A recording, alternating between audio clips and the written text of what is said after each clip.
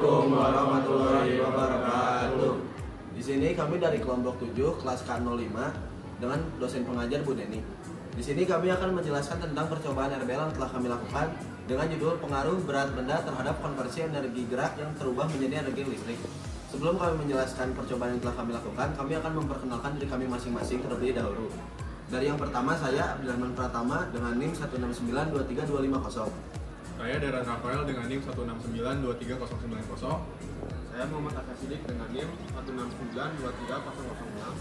Saya Rafael Raksana dengan NIM 1692304.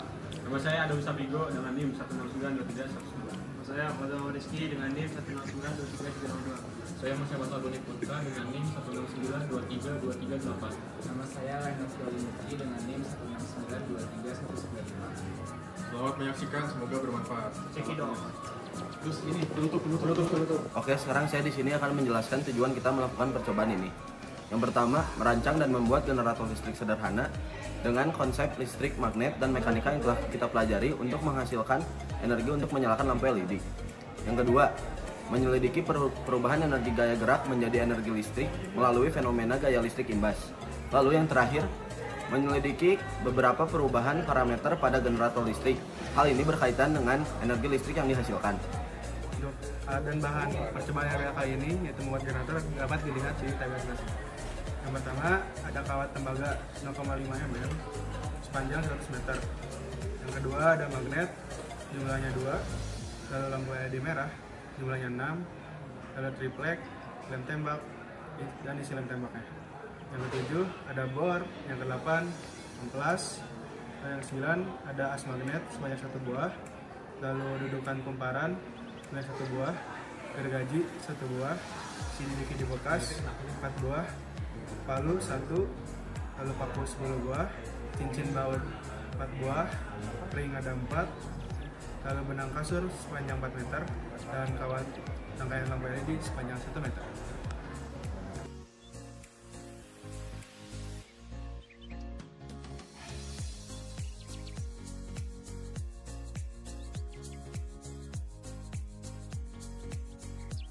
Satu, dua, tiga. Aman kan? Ya. Lebih gede dari yang pertama. Udah lah, mau. Berarti lebih berat merahnya. Satu, dua.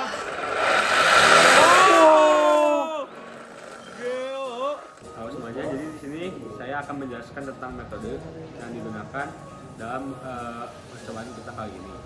Jadi pertama kita akan menempelkan magnetnya ke dudukannya seperti di sini, lalu disambungkan ke asnya. Nah di asnya nanti bakal ada lilitan yang kita akan gantungkan dengan beban. Nah lalu untuk si kumparannya sendiri kita menggunakan dudukan bekas trafo untuk lebih mudah penempatannya. Dan untuk lilitannya sendiri kita menggunakan kawat berukuran 0,5 dengan total lilitan sekitar 500 lilitan. Lalu setelah dililitkan setelah si magnetnya berputar dan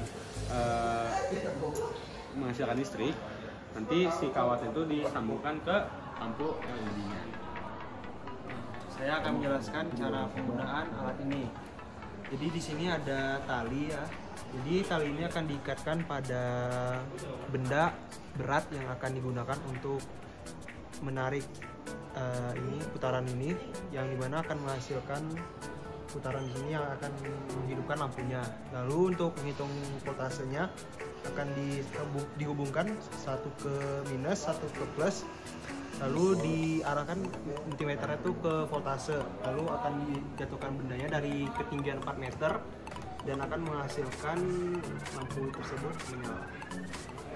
Dan untuk variasinya sendiri kita akan menggunakan variasinya itu di berat beban, ya berat bebannya. Jadi bervariasinya di situ. Ya. Oke, setelah dilakukan percobaan dengan 4 variasi beban yang berbeda, yaitu gunting besi, batang besi tambah bata 2, dan bata 1. Nah, dari data voltase pada percobaan yang sudah diukur menggunakan multimeter, kita dapat menghitung energi potensial dan energi listrik yang dihasilkan. Untuk menghitung energi potensial, kita dapat menggunakan rumus EP sama dengan M dikali G dikali H, di mana gravitasi yang kita gunakan adalah 9,8 meter per sekon persegi.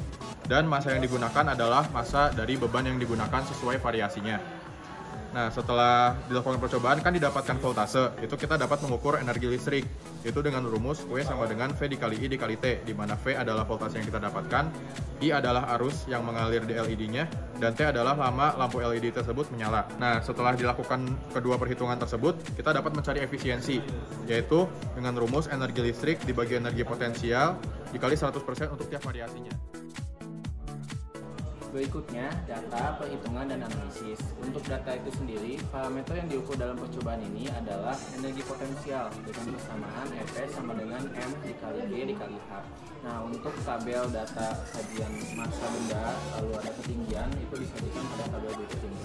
Nah, selanjutnya yang perlu dihitung juga adalah energi listrik dengan rumus W sama dengan P kali I kali T, di mana di sini terdapat tabel yang menyajikan tegangan dan kuat arusnya, serta waktu lama lampu LED itu menyala.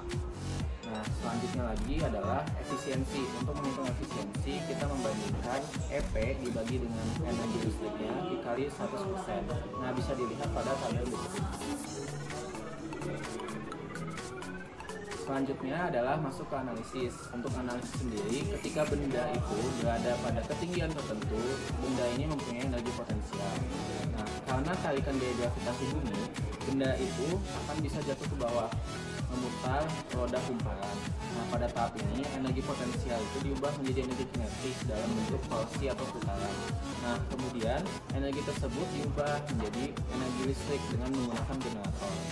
Benda yang memiliki massa itu mengubah energi potensial menjadi energi listriknya itu lebih cepat, sehingga memungkinkannya untuk menyalakan lampu LED dengan waktu yang lebih lama. Selanjutnya, untuk konsep dari hukum Faraday sendiri tentang induksi elektromagnetik, saat magnet berputar, garis-garis medan magnet di dalam loop itu juga ikut berputar. Flux magnet yang melalui loop terus berubah seiring waktu. Dari hukum Faraday, kita mengetahui bahwa perubahan flux magnetik menyebabkan gegel induksi yang bisa menimbulkan arus induksi mengalir ke dalam rangkaian, sehingga lampu LED itu bisa menyala akibat dari adanya arus induksi. Oke, sekarang kita menuju kesimpulan.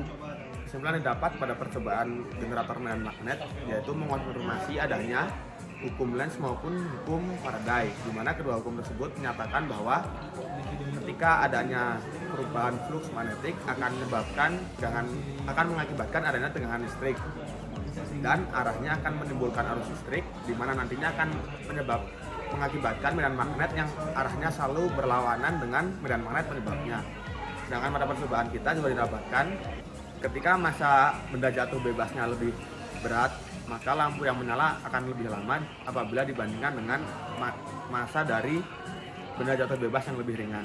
Oh ya guys, walaupun tadi penambahan beban akan memperbesar energi listrik, namun penambahan beban tidak akan memperbesar efisiensi. Justru apabila beban ditambahkan, maka efisiensinya akan semakin kecil. Sekian dari kelompok kami. Mohon maaf apabila ada kesalahan. Terima kasih atas perhatiannya. Wassalamualaikum warahmatullahi wabarakatuh. Waalaikumsalam.